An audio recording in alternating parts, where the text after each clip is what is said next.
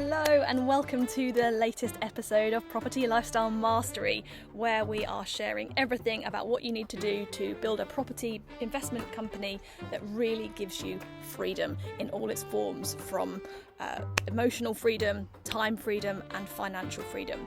And so a really important one this week, which is all about productivity and specifically time and energy management.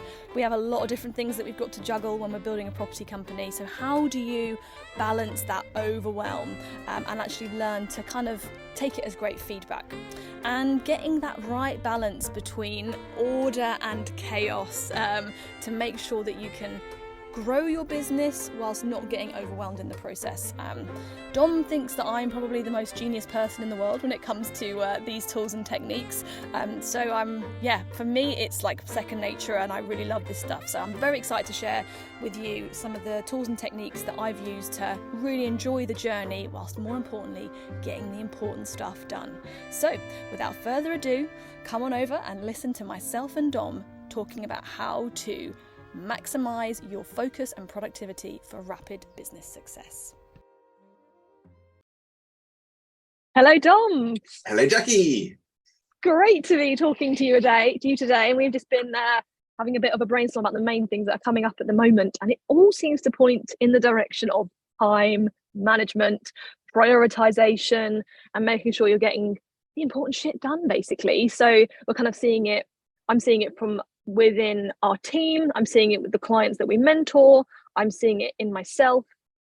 We've obviously had a lot of chats about it for you too. So it just kind of feels like this is what's kind of up right now, that it would be good to just talk about it from a more detailed perspective and get more practical, because I think we've touched on it before, but from a kind of bigger picture perspective. So I kind of wanted to bring back to some more like practical tools to juggle all of the different priorities that we have as a business owner. And really for me, it is mission critical to get this really working well, because when you're small, you're playing lots of different roles.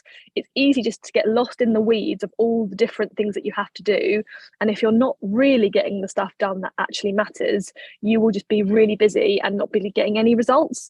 So for me, this is like how to make sure you are getting more investors on board, getting more deals on board, improving your business cash flow. Like, it really does come down to, like, if you do this well, you will make more money. And that's why I want to discuss it today. Yes, exactly. And two things spring to mind. One is the perspective, because people talk about time management, but actually everyone's got the same 24 hours in the day. So it's really more about focus management and energy management, because you've only got a certain amount of energy effectively each day to concentrate and before you burn out, if you're always overwhelmed. So when that perspective on actually, it's yes, it's time, but actually it's really about where your focus is going. And the other one is, also depends on your personality, because you and I and Dave are very different, and Dave manages property and all his tasks differently to us, and he did a fantastic session with the group yesterday for those people who are predominantly left brain, those lords, those detailed people who love their spreadsheets and have to get everything right and suffer from that perfectionism that often is a hindrance to getting things done. So those are the two things that spring to mind in terms of big perspective first before we get into practical. I love it. I think you said that a few weeks ago about like focus management, not time management, and I agree. Let's call this session focus management, because I think I was having a session with a client yesterday, and she was like, "I'm just, it's really good. Like, we've got loads of really great stuff coming up in terms of like the business is growing. We're like the cash flow forecast is looking a lot better over the coming months because of all the stuff that we're doing. But the problem is, I'm like so busy, like, and so much going on." We had about an hour together, and actually when I got really down to the crux of it, she wasn't actually too busy. She was too busy up here. Right. Like, her brain was just like exploding with all the things that she had to do. But actually, then when you go one step further than that, it's for me because her available time wasn't being managed well, and she was letting things that were less priority distract her because of how her general week was working, and because of how the applications that she's using are like demanding her time and saying, "Here, there's an email, like, clear your inbox." It's like, this is really important. Is clearing your inbox really important? I actually reckon if you've got a clear inbox, you're doing something wrong, because it's really organized, but have you actually done what truly matters this week? You are going to feel more. It will feel more chaotic, But actually, I've reading a really interesting book at the moment, and the point that he was making was, if you feel like you're in control of everything, you're in your comfort zone. Right. And the magic does not happen in your comfort zone. The magic happens outside of your comfort zone. So like making sure there's enough chaos around you, particularly if you're an organized, and an ordered person, to make sure that the magic can happen and amazing things that you have not experienced in your life before are available to come through to you. Obviously, if you're on the more chaotic side, it's just making sure that you come a little bit more towards the order so that you can actually see the wood for the trees in terms of that task does matter right now. And if I leave that drippy tap dripping, for another 4 hours before I get to it, the world is not going to come crumbling down, right? Kind of thing. Yeah, absolutely. And you're so right. The biggest issue that people have around focus management is effectively controlling what's going on in their mind. They've got a million ideas going on, a million things to do. And yes, technology can help because you can write it down, you can get it out of your head onto either paper and or software. But then, yeah, as you say, the software just keeps popping up going, I need your attention here, I need your attention there. And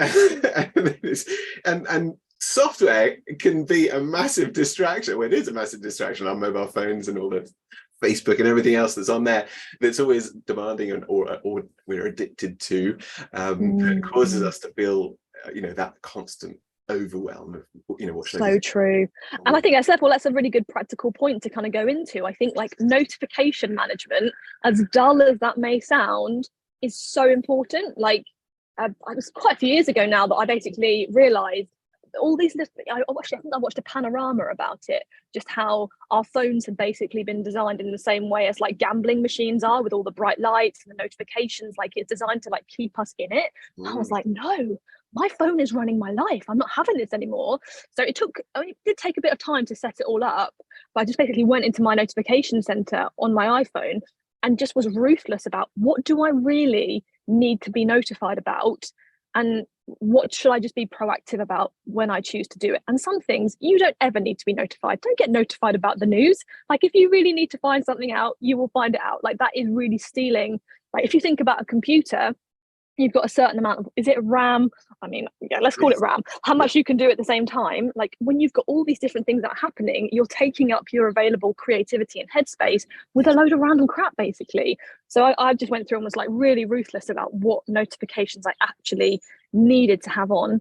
Like emails, you don't need to be notified about your emails. Just have a regular time that you choose to check it, like once a day, once a week, like just whatever you feel is your comfort zone. Just like expand it by, if you feel like you have to check every half an hour, make it every hour, and then just kind of keep elongating it for that beyond that. And even things like WhatsApp and stuff as well. Like, how often do you really need to actually check it, and just expand the time in between to free up some RAM? Yes, quite. Having that discipline to switch it off so that you can be super focused on one thing at a time, that is a characteristic of highly productive and successful people. They're proactive, they're not reactive. And I think in today's society, we're mostly reactive. We react to, time, for example, it's 1 o'clock, I should have lunch, I should go and put my washing on, anything that might be a distraction, we allow it to. And so we're reacting to the world the whole time rather than being proactive. So one of the big tips, I think, for the audience is, okay, where can you be proactive? As you say, switch off the software, switch off the notifications, so that you put it in maybe once a day or once a week, as you say, rather than just reacting to it when it suddenly pops up. And that's a great discipline. It's kind of so basic, and yet it's actually quite hard to do, or rather most people don't do it, and that's why. And I think, again, what comes up when you start to do that is a lot of probably fear. Like you start to think, what are people going to think of me if I don't get back to them quickly enough? Like, and a load of other stuff that's nothing to do with managing your time. So then it's good to just be aware of that and maybe start to see how you can address those things, rather than using replying to emails to really deal with something that's nothing to do with replying to emails. Yeah. And then also you can use it as a forcing function. So for me, I put in 15 minutes to check certain messages that we've got in a group.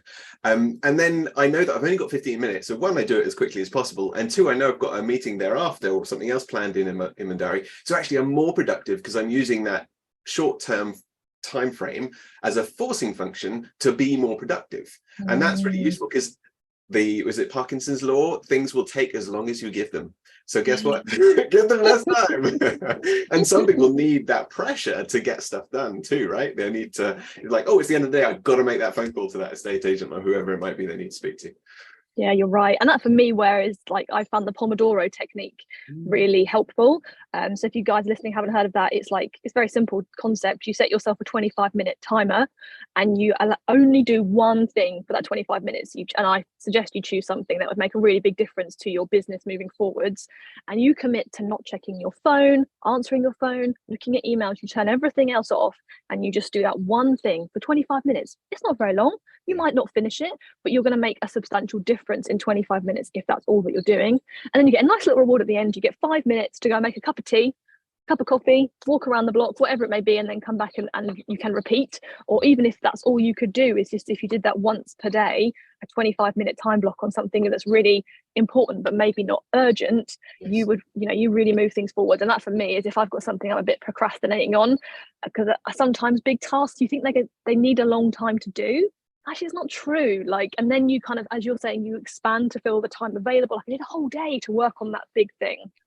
Actually, no, you don't. If I just did 25 minutes truly focused, I suddenly feel like, oh, actually, it is a much more manageable task. And then, I'm like, okay, if I did actually maybe 1 or 2 more of these Pomodoro timers, I'd probably get it done.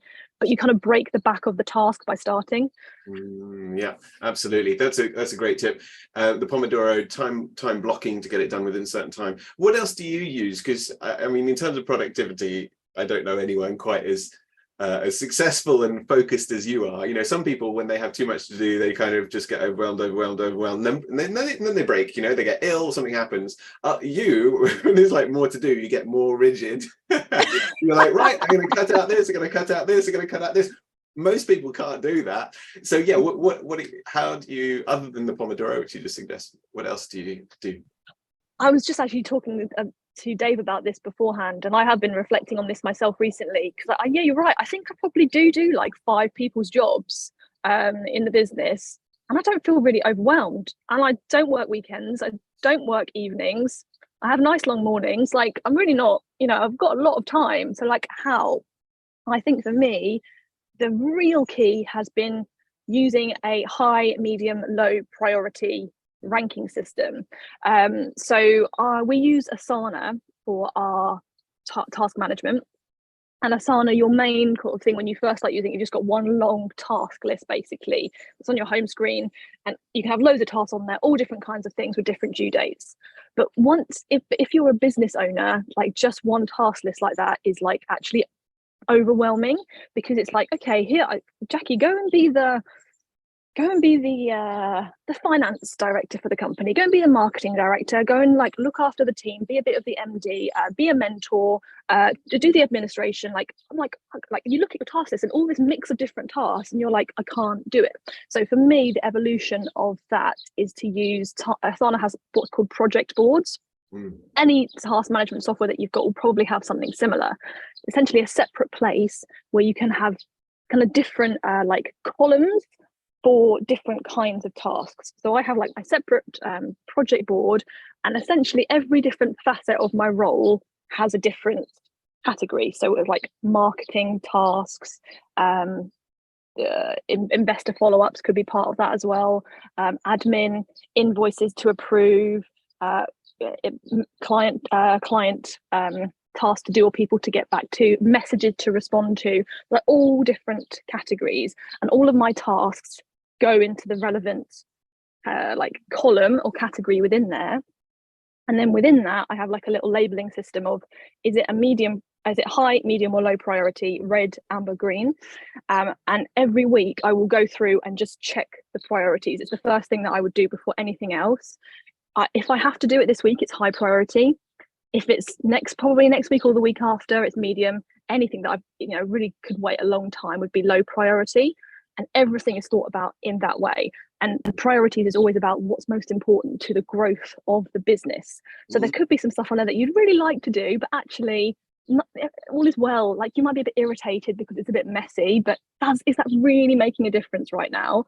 And so every single week, that's prioritized across those different areas. And I have different time blocks allocated in my diary for those different versions of me essentially. Yes. And at that point I will go to that list, that specific list, and start with the high priority ones. Yeah. And if every single week you're just always hitting, you know, the few high priority ones within that area, you move things forwards. My list is never going to be empty, right? But I don't care, because I know that I'm actually focusing on the stuff that is really going to make the biggest difference. I don't know if I've explained that very well. No, you have. And it makes me think that, you know, you just explained how you do it, but actually underneath that, it's the question you're asking yourself, which is, you know, why am I doing this? What is it that I'm aiming to achieve? And it's, you know, to grow and lead the company. And therefore, what is the highest priority and what's most important, effectively? So it's thinking in terms of those questions, which then define what you will then prioritize and what you will do. And effectively, you're also planning at the beginning of the week how you're going to run the rest of the week. And a lot of people don't even plan their week. And guess what? That's why it's in chaos. So as Brian Tracy said, I think many years ago, you know, if you spend an hour planning, you'll save 90% of the wasted procrastination, unorganized time of not knowing what to do next during the week. So that planning time, to just set aside, how long would you reckon it is? 20 minutes, an hour to kind of get clear on what you're going to do? Probably half an hour. Half an hour, right? Half an hour on what, Monday morning or Sunday evening or something like that? Normally a Monday. Yeah. And that is the best way, because then it gets, you know, it's coming on a Monday morning. You don't have to worry about it Sunday evening. Some people are already worrying, you know, the week ahead. You know, do it Monday morning. You're going to sit down. You're going to get super organized. And the other big thing is just actually the worry that goes on in people's heads. And so if you can be super structured and organized in that way, it lets go of the worry, because you know you've already kind of dealt with it. So then it's just a matter of being focused and present to what you are doing, and not, because that's the big time waster, is worrying and wondering what to do next. If you get rid of that by planning it, then it gets an awful lot easier, doesn't it? It's very true. I think the worry will probably still remain for people, but we have many other podcasts, you know, covering that kind of side of it. But I think it kind of creates the space to make you realize that you are worrying, and that actually maybe that there's another reason for it, that there's a different way to deal with.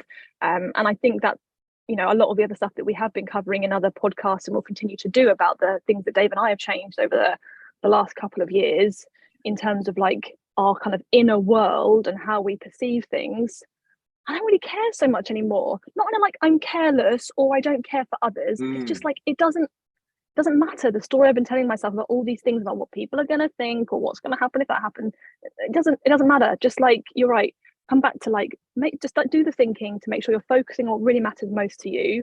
And then if stuff comes up for you that's preventing you from doing the stuff that matters most, then find a way to deal with that separately.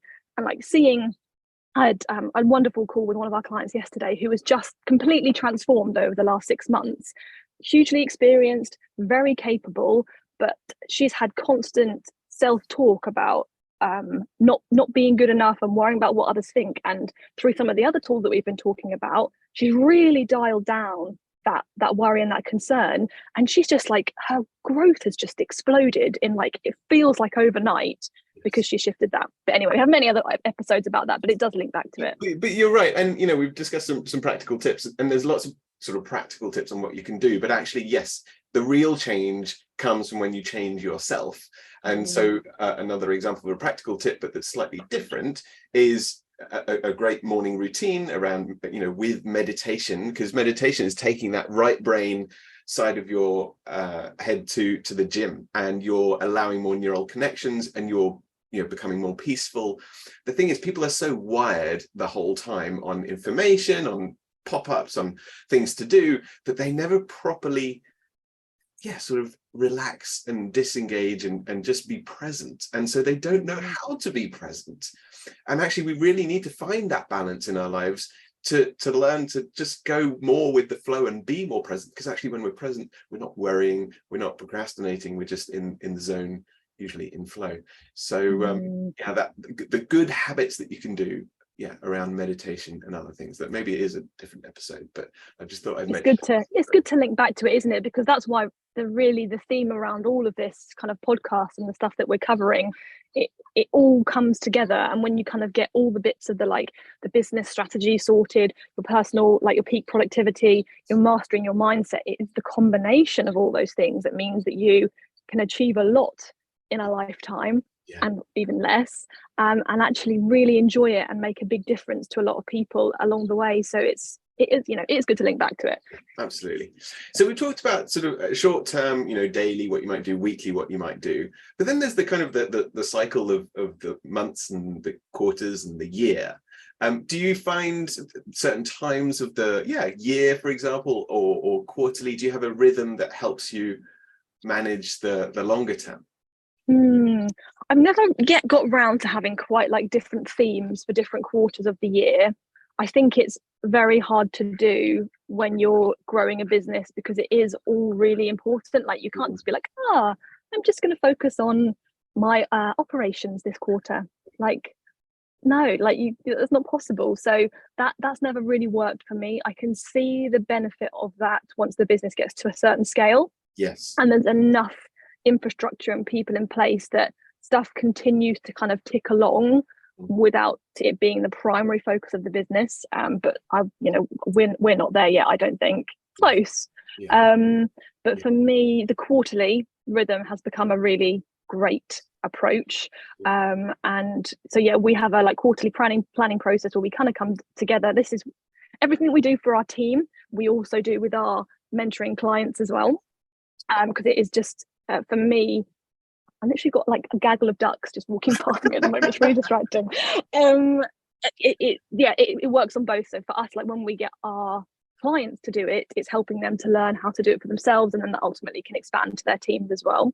So for us as a team, once a quarter we come together, we have all the different kind of facets of the business, like portfolio management, financial management, marketing, whatever the different facets of the business are for you. And then we say, right, what do we think are the most important priorities for the quarter ahead?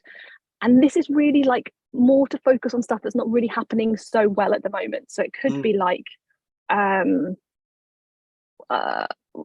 we've got higher arrears than we should have in the portfolio. So the arrears process needs a bit of a revamp to get on top of that. So that's like, it's a project, it's improving processes, it's looking how you're doing stuff and saying, how can we do it better? So that's like a project. It's not just like the stuff that's already happening. It's like, what else do we need to add or focus on differently? And so we get like 3 to 5 of these internally for all the different teams. And then when we're thinking about it from more of a client perspective, we get them to choose 3 to 5 for themselves and their business for the next quarter. And the importance of this is not so much choosing what you do, it's actually choosing what you don't do. There's a ton of stuff that you could do. And actually, again, what is the highest priority stuff that's going to make the biggest difference to your business? And I hear a lot of people saying cash flow is the most important thing to me and my business.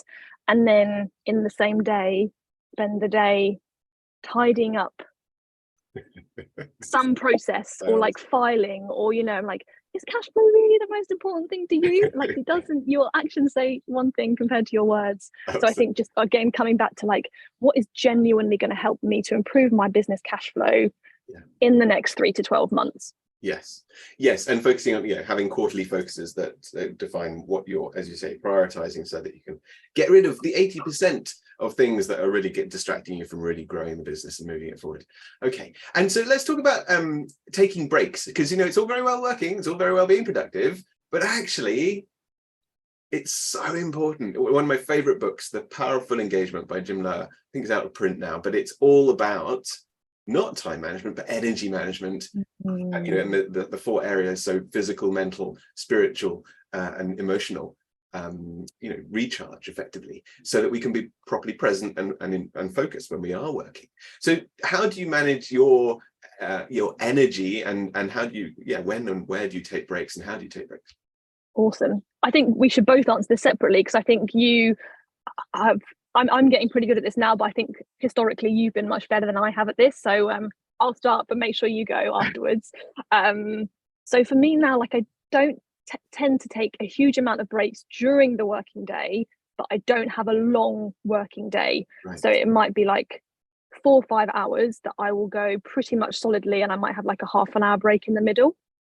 But I have like an extended morning routine with a lot of space and a lot of time to like really get in a good zone, and then I have a lot of space in the evening afterwards to recharge.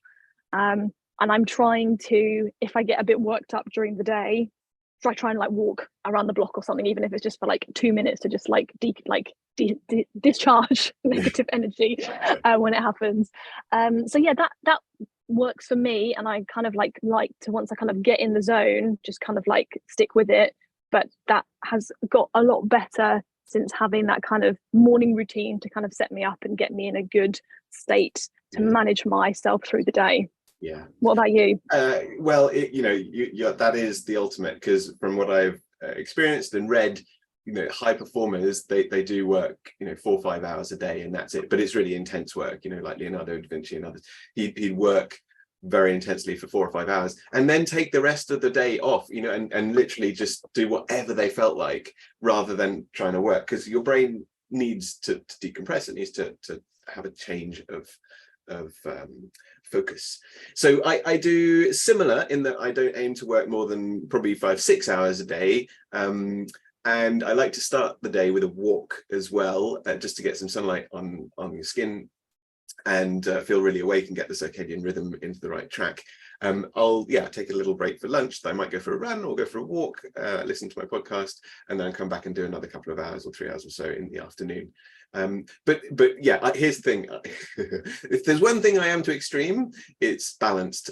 Because I can't seem to overwhelm myself or work too hard, because I just get really annoyed. I'll be like, so I like to work, I like to be focused, and I also like to take regular breaks. And I find I'm way more productive and happier, and things go better when I'm in a good state, and that comes from taking regular breaks. And those breaks are either just like doing nothing, doing gardening, going for a walk, doing something, exercise, taking the kids to school and or to the athletics track. It's having those things that are completely separate and away from working. And I think it's good to disengage your left brain thinking in work to your right brain being in the present moment, particularly around in nature, going for a walk, like you said. Yeah, and that you kind of, your mind is still going in the background, right? Your subconscious is still working on all the problems that are still there from the day, and it is not when you're sitting in front of a computer that the best ideas come. It's when you're going for a walk or doing something else, you're suddenly like, oh god, I was getting really worked up about that.